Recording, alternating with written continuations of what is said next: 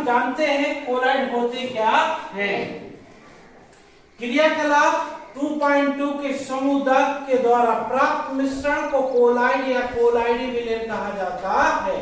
Collide के कण विलयन में समान रूप से फैले होते हैं। निलंबन की अपेक्षा कणों का आकार कैसा होता है बच्चे? छोटा होता है। होने के कारण मिश्रण क्या है? समांगी प्रतीत होता है। समझना बात को, प्रतीत होना और होने में बहुत अंतर होता है। कोलाइड के कण कैसे प्रतीत होते हैं? समांगी प्रतीत होते हैं, मतलब लगते हैं, होते नहीं है। इसलिए यह क्या है? लेकिन वास्तव में एक विलयन विषमांगी मिश्रण होता है। कौन सा मिश्रण बच्चों? विषमांगी। कैसा है? विषमांगी मतलब जहां पर विलय और विलायक के कण अलग अलग पाए जाते हैं। ओके, चलिए आगे देखते हैं।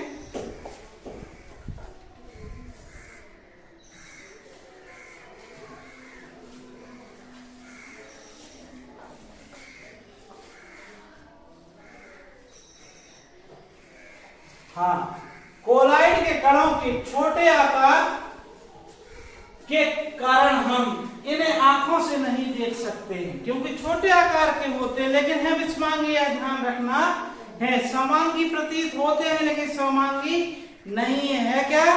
कोलाइड हमारा विषमांगी मिश्रण है। क्या है? लेकिन एक कण प्रकाश की किरण, लेकिन एक कण क्या है? एक प्रकाश की किरण को आसानी से फैला देते हैं, जैसे कि हमने क्रियाकलाप 2.2 में देखा है। प्रकाश की किरण का फैलना टिंडल प्रभाव। कौन सा प्रभाव? टिंडल प्रभाव। कौन सा प्रभाव? टिंडल प्रभाव कहा जाता है। टिंडल नामक वैज्ञानिक ने इसकी खोज की थी। इसके और भी एग्जाम्पल आपको दे सकता हूं मैं। यहाँ देखिए, बहुत सुंदर एग्जाम्पल लिख दिया गया है। यह क्या है? कॉपर सल्फेट का विलयन में टिंडल प्रभाव देखना है। देखिए, एक गिलास में हमने इस प्रकार रखे कॉपर सल्फेट, दूसरी में भी हम दूध एवं पानी का मिश्रण रख दिए। क्या रख दिए? दूध एवं पानी का मिश्रण। तो कॉपर सल्फेट वाले में देखो कोई प्रकीर्णन हो रहा है, कोई चमक आ रही है? नहीं आ रही। लेकिन आप देखें दूध और पानी के मिश्रण में, किसमें? दूध और पानी के मिश्रण में देखो यहाँ पर आपको एक अलग चमक दिख रही है ना, एक पीली रोशनी। एक कोलाइडीकरण हो रहा है, जिसके कारण क्या हो रहा है? प्रकाश क्या हो रहा है? आपका टिंडल प्रभाव के कारण यह चमक रहा है, प्रकाश का मार्ग चमक रहा है। ठीक है, ओके, चलिए नेक्स्ट देखते हैं। इसी प्रकार के अन्य उदाहरण आपने अपने दैनिक जीवन में देखे होंगे। जब हमारे पुराने घर थे, जब लेंटर वाले नहीं थे, तो उस समय या किसी का अभी भी खपड़े वाले घर है, तो वो देखते होंगे कि खपड़ों के बीच से यदि कोई छेद, कोई सुराख रह जाता है, कोई खपड़ा उड़ के आउट साइड हो जाता है, तो वहां से जब सूर्य का प्रकाश आता है तो आपको एक पाइप के समान एक संरचना दिखती है, गोल गोल दिखती है ना। उसको यदि गौर से देखते हैं तो कुछ कण घूमते हुए दिखाई देते हैं। वो कार्बन के कण किसके हैं?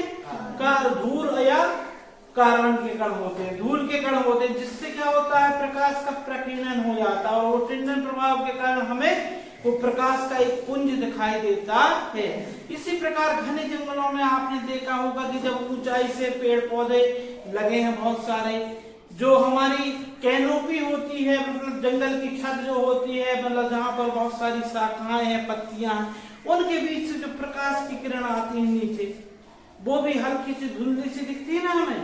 वो किसके कारण? वो भी टिंडल प्रभाव के कारण हमें दिखाई देती है। ओके बच्चों, आगे देखते हैं।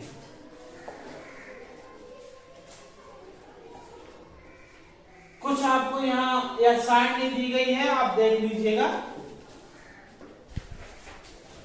कोलाइड कणों के गुण देखते हैं। क्या देखते हैं हम? कोलाइड कणों के गुण क्या क्या होते हैं। नंबर 1 देखिए, जैसे यह एक समांगी मतलब जैसे होता है, लेकिन समांगी नहीं है। कैसा मिश्रण है क्लोराइड?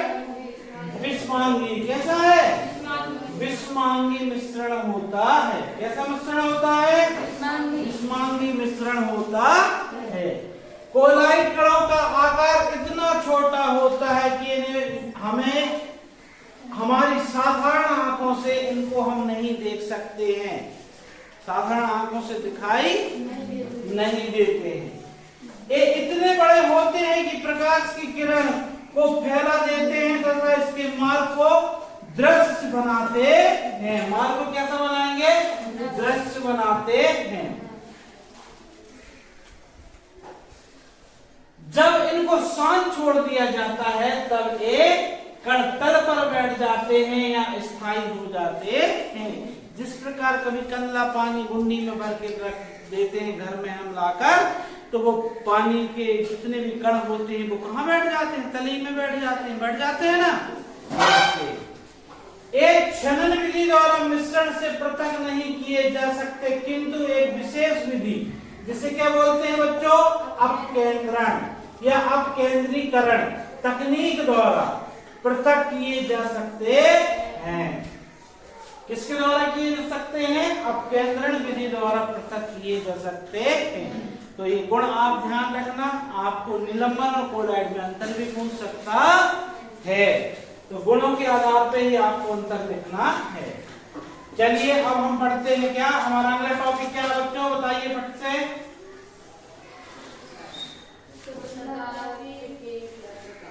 क्या है? बोलिए। हाँ, भौतिक एवं रासायनिक परिवर्तन। ठीक है। देखिए बड़ा कंफ्यूज होते हो आप लोग हमेशा कि भौतिक क्या होता है और रासायनिक परिवर्तन क्या होता है। आज यह कंफ्यूजन आप अपना दूर कर लीजिएगा। धैर्य के साथ चीजों को सुनिएगा, देखिएगा और समझने का प्रयास कीजिएगा। शुद्ध पदार्थ और मिश्रण में अंतर को समझने के लिए, शुद्ध पदार्थ और एक मिश्रण में क्या समझना हमें? अंतर को समझने के लिए आइए सबसे पहले हम भौतिक एवं रासायनिक परिवर्तनों के बीच में अंतर को जानते हैं कि भाई भौतिक क्या होता है, भौतिक और रासायनिक क्या होता है, रासायनिक परिवर्तन क्या होता है। बहुत सुने हैं कि भौतिक जल में भौतिक परिवर्तन होता है तो वो बर्फ बन जाती है, दूध को दही बनाते हैं तो रासायनिक परिवर्तन होता है तो वो रासायनिक परिवर्तन होता है ना। ये बात हमने बहुत सुनी है, लेकिन कई बार कंफ्यूजन होता है कि भाई मोमबत्ती जल रही है तो कौन सा परिवर्तन हो रहा है, कौन सा परिवर्तन हो रहा है, ये भी तो क्वेश्चन आता है। ठीक है, ओके चलिए देखते हैं बेटा। पदार्थों के भौतिक गुणों के बारे में अध्ययन किया है। ऐसे गुण जिनका हम भौतिक गुण क्या होते हैं, सबसे पहले आप यह समझेंगे कि वो गुण जिनका हम अवलोकन एवं वर्णन कर सकते हैं। अवलोकन मतलब देख सकते हैं, समझ सकते हैं। जैसे मेरे पास यह पेन है, क्या इसका भौतिक गुण देख सकता हूँ कि भाई ये कैसा है, ठोस है। कैसा है? रंग कैसा है इसका? ब्लैक है। कैसा है? ब्लैक। ये भौतिक गुण हो गए, इसके हो गए ना।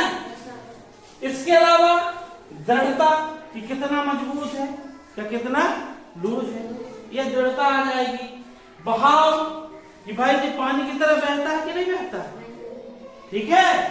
घनत्व कितना है, इसकी डेंसिटी कितनी है कि मान लो इसमें कील ठोको तो आसानी ठोक जाएगी कि नहीं ठोक जाएगी। भाई जो चीज की घनत्वता या डेंसिटी अधिक होगी, घनत्व अधिक होगा, उसमें कील ठोकने के लिए मुझे ज्यादा ताकत की जरूरत पड़ेगी। वो जो मुलायम होगी उसमें कम ताकत की जरूरत पड़ती है। ओके। इसके अलावा इनका द्रवनांक और क्वथनांक आदि को भौतिक गुण कहा जाता है। द्रवनांक मतलब ये कितने टेम्परेचर में ठोस से द्रव में बदल जाएंगे। क्वथनांक मतलब कितने टेम्परेचर में ये उबाल मार के भाप में या गैसों में बदल सकते हैं, उबलने लगते हैं। ठीक है, ओके। भौतिक गुण कहा जाता है। ये सब भौतिक गुण के अंतर्गत आते हैं। अगला देखेंगे अवस्थाओं का अंतर रूपांतरण एक भौतिक परिवर्तन है। समझना बात को। अवस्थाएं मतलब जैसे बर्फ, बर्फ का क्या बनना? जल, जल का क्या बनना?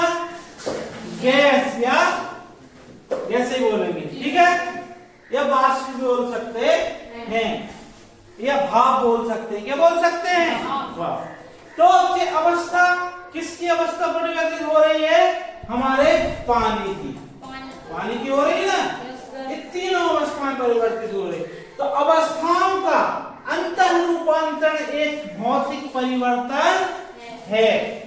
जब भी किसी चीज की अवस्था बदलती है तो वो रासायनिक परिवर्तन नहीं होता। कौन सा परिवर्तन होता है बच्चों? भौतिक परिवर्तन होता। कौन सा होता है? भौतिक परिवर्तन होता है, ठीक है, ओके। क्योंकि ये परिवर्तन पदार्थों के संगठन में बिना परिवर्तन किए होता है। ऐसा नहीं होता है कि बर्फ में जो पानी है वो H2O है तो जल का पानी कुछ और नहीं हो जाएगा, यह भी H2O रहेगा और भाप के रूप में हो गया, गैसीय रूप में भी होगा तो भी वो H2O ही रहेगा। मतलब संगठन में बिना परिवर्तन किए होता है। क्या होता है?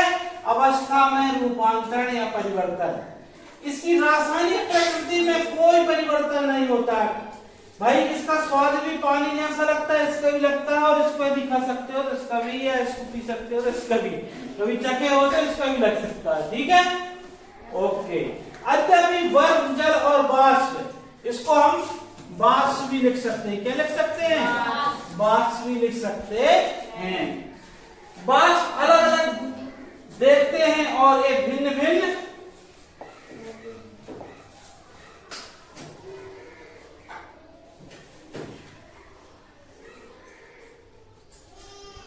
भौतिक गुणों को दर्शाते हैं, लेकिन ये रासायनिक रूप से क्या होंगे?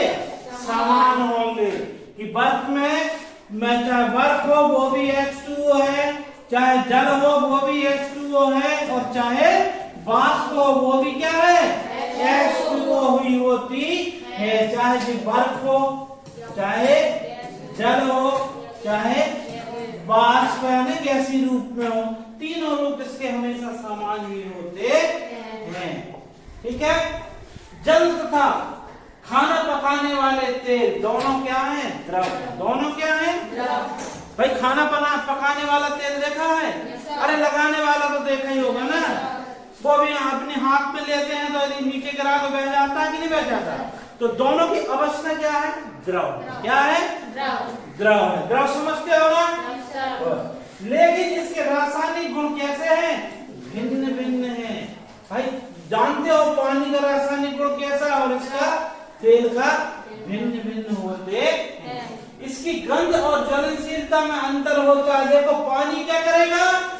जो जल होगा वो क्या करेगा? जलेगा क्या? नहीं, वो आग को बुझाता है। वो क्या करता है? आग को बुझाता है। और जो तेल होता है वो जलता है। मतलब इसके रासायनिक गुण तो अलग अलग हो गए। देख तो एक से रहे थे, दूर से दिख रहे थे ना, दोनों तरफ थे, ओके। हम जानते हैं कि तेल हवा में जलता है। तेल क्या होता है? हवा में। और जल आग को बुझाता है। आग को क्या करेगा? बुझा देगा। तेल का यह रासायनिक गुण जल से इसे अलग करता है। तेल का कौन सा रासायनिक गुण बच्चे बताइए? तेल का हवा में जलना, यह रासायनिक गुण, और जल का कौन सा गुण है? आग को बुझाना। ये दोनों गुण आपस में क्या है? एक दूसरे के विपरीत है। इसलिए दोनों को ये रासायनिक गुणों के आधार पर हम अलग कर सकते हैं।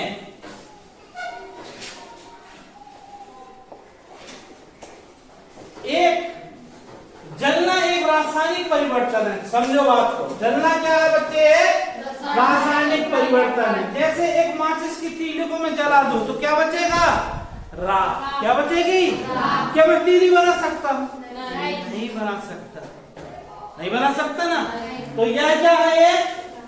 जलना एक रासायनिक परिवर्तन। और जलने की प्रक्रिया में एक पदार्थ दूसरे पदार्थ से क्रिया करके अपने रासायनिक संगठन में परिवर्तन लाता है। रासायनिक परिवर्तन पदार्थों के रासायनिक गुणधर्मों में परिवर्तन लाता है। अब रासायनिक परिवर्तन में क्या होगा कि रासायनिक गुण भी बदल जाते हैं। दूध पिया होगा आपने, हल्का मीठा सा लगता है, लेकिन दही खाते हैं तो खट्टा लगता है। रासायनिक गुण बदल गए नहीं बदल गए? बदल गए ना। ओके। तथा हम नए पदार्थ पाते हैं, जैसे दूध से दही बन गया, दूध से माचिस की तीली जलाए तो राख बन गई, एक नया पदार्थ बन गया ना, बन गया ना। रासायनिक परिवर्तन को रासायनिक प्रक्रिया भी कहा जाता है। मोमबत्ती के जलने की प्रक्रिया में भौतिक एवं रासायनिक दोनों। अब देखो, मैं बोला था, पूछा था ना फर्स्ट में आपसे कि मोमबत्ती का जलना किस प्रकार की प्रक्रिया है, इसलिए पूछा था क्योंकि ये आने वाला था।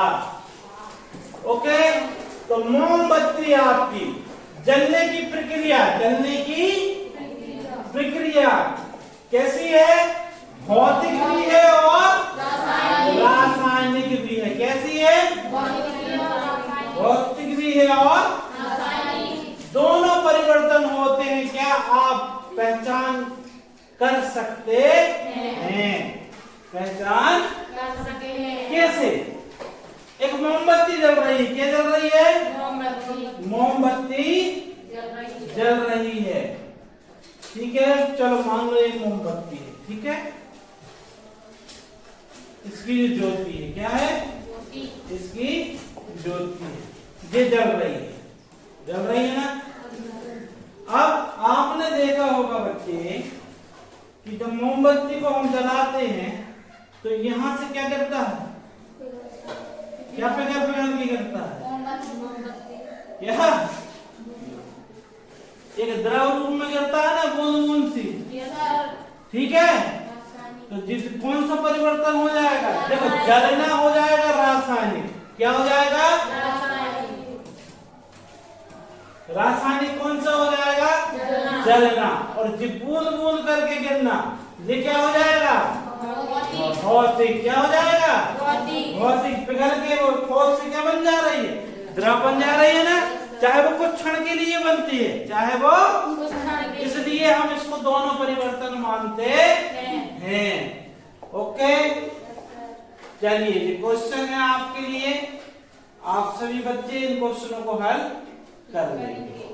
अगला टॉपिक आता हमारा, क्या आता है कि शुद्ध पदार्थों के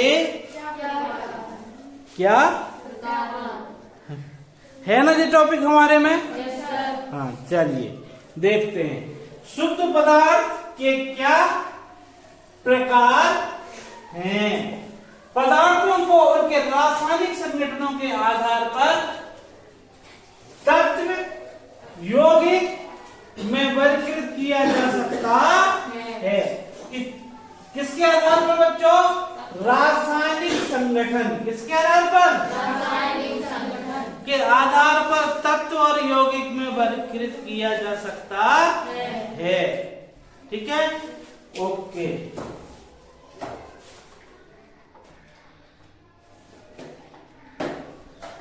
चलिए, जो कुछ आपको जानकारी दी गई है इसको भी आप जान लें। इधर बताया गया है आपको कि अभी तक ज्ञात तत्वों में, ज्ञात तत्व समझ रहे हो ना, जैसे कार्बन, ऑक्सीजन, है ना, सोना, लोहा, तांबा, इस टाइप के। ठीक है, तो अभी तक ज्ञात तत्वों की संख्या कितनी है प्यारे बच्चों? 100 है। कितनी है? 100। इनमें से 92 तत्व कहाँ मिलते हैं? हमारे घर में नहीं। किसके घर में मिलते हैं? प्रकृति में। मतलब हमारे घर में मिलते ना, ये प्रकृति पूरी है, पृथ्वी पूरी हमारा घर ही तो है। ठीक है, मतलब इसमें से 92 जो तत्व होते हैं वो प्राकृतिक रूप में प्राकृतिक हैं, मतलब प्रकृति या भूमि या जल या आकाश हमें देते हैं, जबकि शेष मानव निर्मित है। शेष क्या है? इसके अनुसार शेष कितने बचे? अब 8। कितने बचे? 8 हम मनुष्यों ने अपनी प्रयोगशाला में इनको बनाया है। अब अधिकतर तत्व कैसे होते हैं बच्चों? अब ध्यान रखना, सभी तत्व ठोस नहीं होते, अधिकतर होते हैं। सभी तत्व ठोस नहीं होते, अधिकतर होते हैं। ये शब्द आया है ना? हाँ। 11 तत्व कमरे के ताप पर गैस हैं। कितने हैं गैस? 11। और 2 तत्व पारा एवं ब्रोमीन क्या है कमरे के ताप में? ये पारा और ब्रोमीन कमरे के ताप में क्या है? द्रव। क्या है? द्रव। क्या है? द्रव समझ रहे ना? लिक्विड है, पानी की तरह। ठीक है। गैलियम तथा सीजियम तक कमरे के ताप से कुछ अधिक ताप पर द्रव अवस्था ले लेते हैं। कौन कौन से? गैलियम और सीजियम। 303 केल्विन में, मतलब कमरे के ताप के तापमान से कुछ अधिक तापमान पर द्रव अवस्था में आ जाते हैं। आ जाते हैं ना? ओके। अब हम पढ़ेंगे क्या? यौगिक पढ़ेंगे पहले। तत्व होगा ना? तत्व है ना? एक मिनट अपन देखें ना। यौगिक दिया है इसमें सबसे पहले।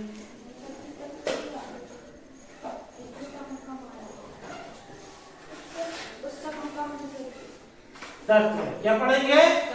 तत्व के बारे में पढ़ेंगे। ठीक है। ओके। तत्व। अब हम जानते हैं, बहुत सुनते हैं तत्व तत्व तत्व क्या होता है। आज हम जानने का प्रयास करेंगे वास्तव में तत्व क्या होते हैं। बहुत गंभीरता से सुनिएगा और समझने का प्रयास कीजिएगा।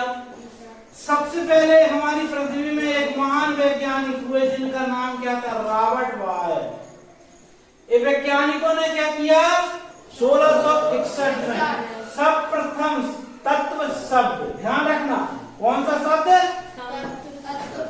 प्रयोग किया था। और फ्रांस के एक रासायनिक या रसायन वैज्ञानिक थे जिनका नाम क्या था? Antoine Laurent Lavoisier.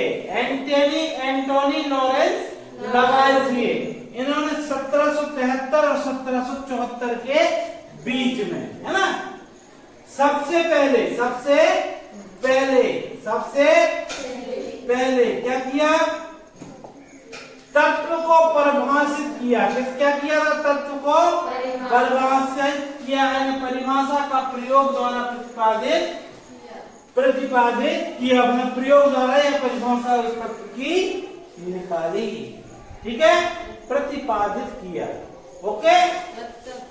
उनके अनुसार तत्व, अब देखना बहुत गौर से, यहाँ पर तत्व की सबसे अच्छी परिभाषा यही है।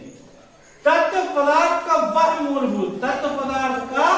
वह मूलभूत रूप है जिसे रासायनिक प्रक्रिया द्वारा अन्य सरल पदार्थों में विभाजित नहीं किया जा सकता है। कहने का मतलब यह है, तत्व वह पदार्थ है जिसे रासायनिक प्रक्रिया द्वारा और भी सरल पदार्थों में आप नहीं जोड़ सकते हैं। वह सरलतम रूप है, वह छोटा सा छोटा रूप है, सरल पदार्थों में विभाजित नहीं किया जा सकता है। तत्व पदार्थ का वह मूल रूप है जिसे अब आप इससे कम छोटा नहीं कर सकते हैं। चाहे भौतिक प्रक्रिया लगा लो, चाहे रासायनिक लगा लो। क्या लगा लो? रासायनिक प्रक्रिया द्वारा अन्य सरल पदार्थों को विभाजित नहीं किया जा सकता है। ओके। चलिए आगे देखते हैं। तत्वों को साधारणतः धातु अधातु किस किस में बांटा है? धातु, अधातु और उपधातुओं में वर्गीकृत किया जा सकता है। धातु प्राय दिए हुए निम्न गुणों में से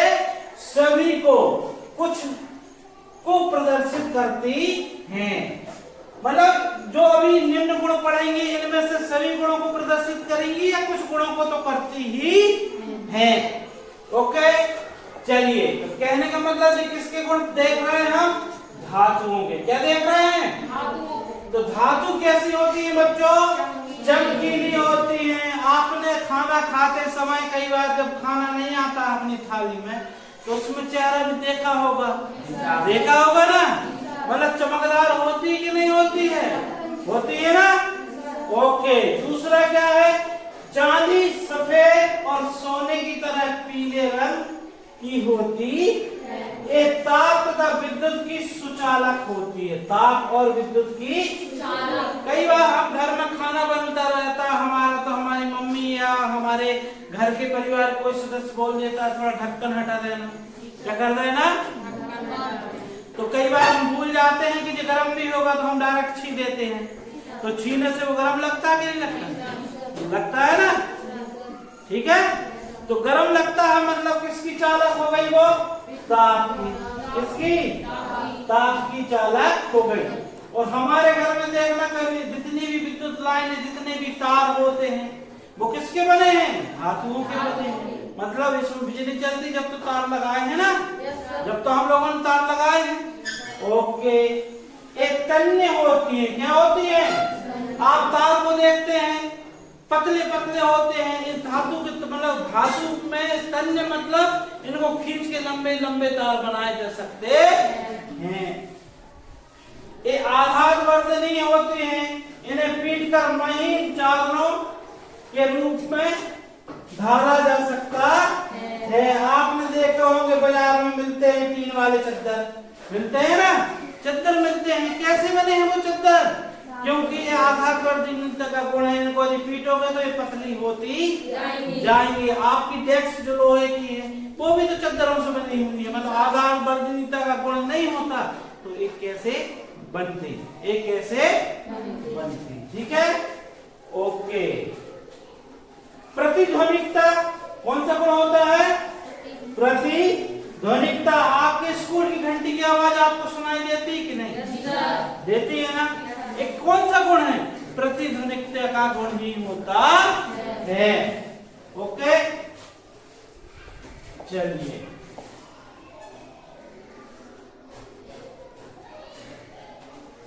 इत्यादि धातुओं के उदाहरण है। पारा धातुओं, एक मिनट है, यहां देखेंगे आप,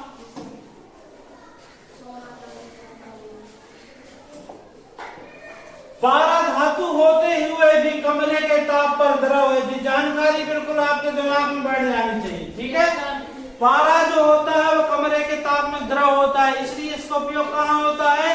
थर्मामीटर में होता है। चाहे प्रयोगशाला तापमापी हो, चाहे डॉक्टर जो रखता है उसमें भी पारा रहता है। वही पारा गर्मी पाके ऐसे हम बगल में दबा लेते हैं ना, और वो गर्मी पाके प्रसारित हो जाता है, ठीक है। ओके, अधातु। अब देखिए धातु के बारे में समझ गए आप लोग। अब पढ़ेंगे हम किसके बारे में? अधातुओं के बारे में, ठीक है। देख लीजिएगा, अधातु दिए गए निम्न गुणों में से प्राय कुछ या सभी को प्रदर्शित करती हैं। नंबर 1 क्या है? विभिन्न रंगों की होती है। एक ताप एवं विद्युत की क्या होगी? सुचालक। धातु क्या थी? सुचालक। अधातु क्या है? सुचालक। एक चमकीली, प्रतिध्वनि पूर्ण एवं आघात वर्धनी नहीं होती है। ये तीनों गुण नहीं पाया जाता है, समझे? ये तीनों गुण नहीं पाया जाता है। हाइड्रोजन, ऑक्सीजन, आयोडीन, कार्बन और कोल एवं कोल, ब्रोमीन, क्लोरीन इत्यादि अधातुओं के उदाहरण होते हैं। किसके उदाहरण होते हैं? अधातुओं के उदाहरण होते हैं। कुछ तत्व धातु और अधातु के बीच के गुणों को दर्शाते हैं, जिन्हें क्या बोलते हैं? उपधातु कहते हैं। जैसे बोरान, सिलिकॉन और जर्मेनियम, बिल्कुल याद रख लेना, तीन है, बोरान, सिलिकॉन एवं जर्मेनियम। ये तीनों क्या है बच्चों? उपधातु। क्या है? उपधातु। ठीक है, बोरान, सिलिकॉन एवं जर्मेनियम, ये तीनों क्या है? उपधातु होती है। ठीक है, ओके। अब यौगिक के बारे में हम नेक्स्ट पीरियड में पढ़ेंगे। आपने वीडियो देखा, इसके लिए धन्यवाद। चैनल को सब्सक्राइब करें, लाइक करें, हो सके तो अधिक से अधिक शेयर करें।